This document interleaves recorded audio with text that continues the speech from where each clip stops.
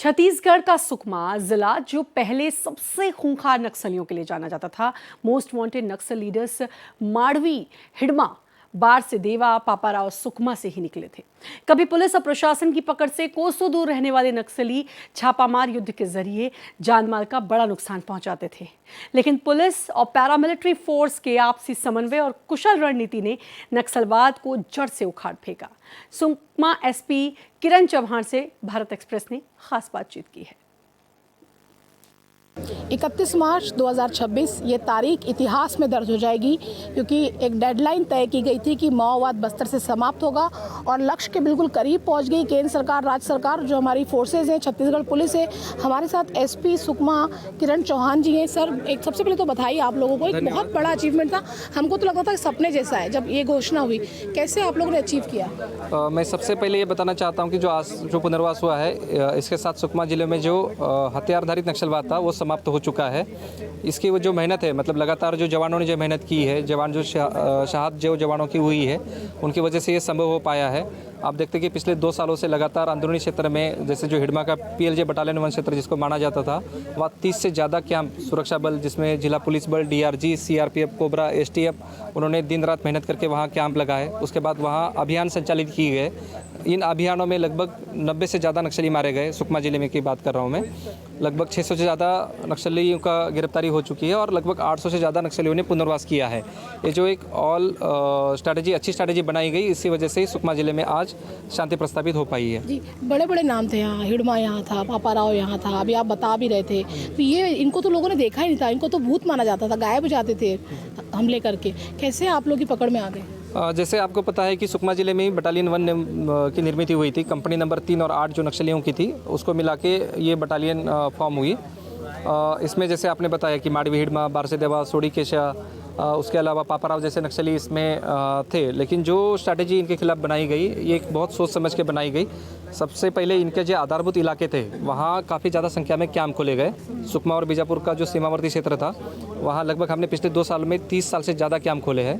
Camp खोलते समय हमें मतलब लगातार नक्सलियों का अटैक, एम्बुश, IED इनका सामना करना पड़ता था। काफ़ी जवान मतलब उसमें घायल भी हुए हैं और बहुत सारे जवानों ने उसमें शहादत भी दी है। उसके बावजूद भी, जैसे आपने जाना होगा, जब टेकलगुड़ा में हम कैंप लगाने जा रहे थे, वहाँ लगभग 500 नक्सलियों ने अटैक किया था। उसमें हमारे 3 जवान भी शहीद हुए थे। उसके बाद पूर्ववर्ती कैंप को लगाया गया। उसके बाद जो अभियान चलाए गए, उसमें काफ़ी ज़्यादा संख्या में, मतलब एक पिछले साल जो इनकाउंटर हुआ था, उसमें 17 नक्सली एक ही इनकाउंटर में मारे गए थे। 10 से ज़्यादा, बहुत सारे ऐसे इनकाउंटर हुए इसमें जिसमें 10 से ज़्यादा नक्सली मारे गए। कुछ एनकाउंटर में हमारे जवान भी शहीद हुए। तो जो जवानों की जो मेहनत थी और एक अच्छी स्ट्रैटेजी बनाई गई, इसकी वजह से PLJ बटालियन का खात्मा करना संभव हुआ। सर, हम बड़े सिटी गाँव के आ रहे हैं अभी, थोड़ा बड़े सिटी के बारे में बताइए, क्योंकि वो तो ऐसा इलाका था जहाँ से एक कलेक्टर को अगवा कर लिया गया था। आज वो सबसे पहला नक्सल मुक्त गाँव बन गया है।